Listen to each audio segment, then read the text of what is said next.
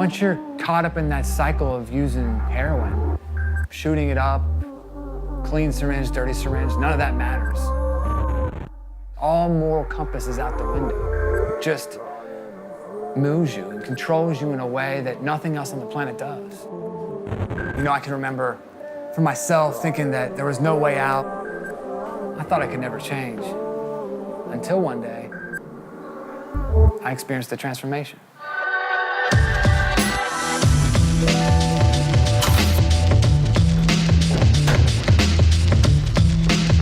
You know, I sought everything man-made, and none of it was a blip on the radar in really making a dent to this thing. I kept going in and out of jail, in and out of treatment. And the last time I got locked up, I decided to try something different. When I was released from jail, I went to recovery housing. This is where I centered myself around a community of believers who were working a recovery program and seeking a new way of life. My life started to transform, and drugs and alcohol no longer had a grip on me. I still knew there was other people out there struggling. So I asked myself, what can I do to make a real dent in this epidemic?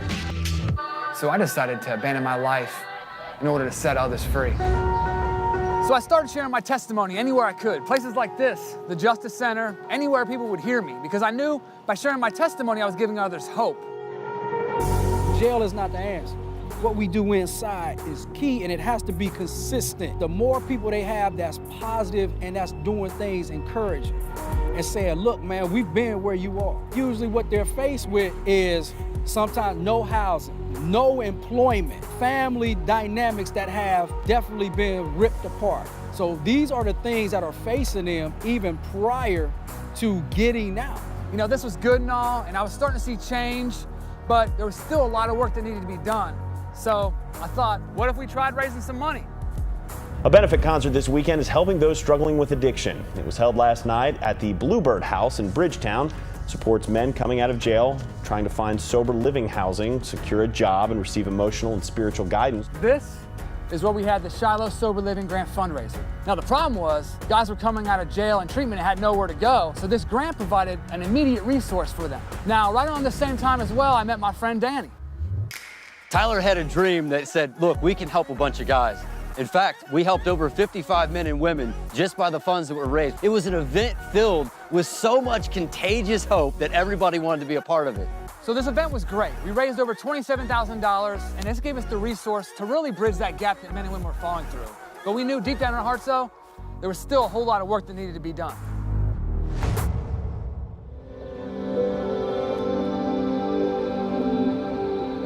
I mean, I think initially we were just trying to get some folks together just to introduce them to both the Bible and the 12 steps.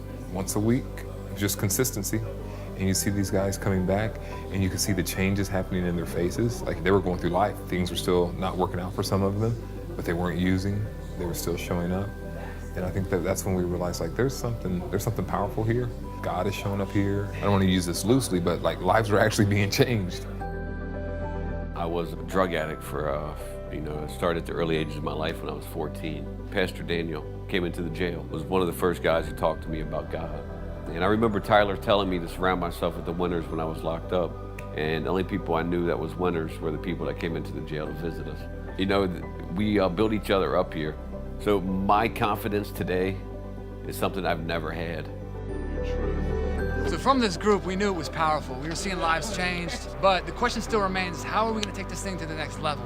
We decided to use our connections from the court systems, the jails, the Shiloh grant, our relationships in the community through different churches, and collaborate these for a greater purpose. So the Lit Movement's first goal was to raise money for a facility of our own. So not a building like this, but a facility like this. This is a place where desperate men come to find hope and true freedom.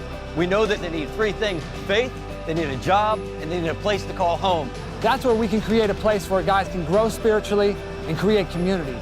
And that in turn will allow them to liberate themselves and then go out and liberate others. Because that is the primary way we're gonna make a significant dent in our city. This is the Lit Movement. It stands for living in testimony.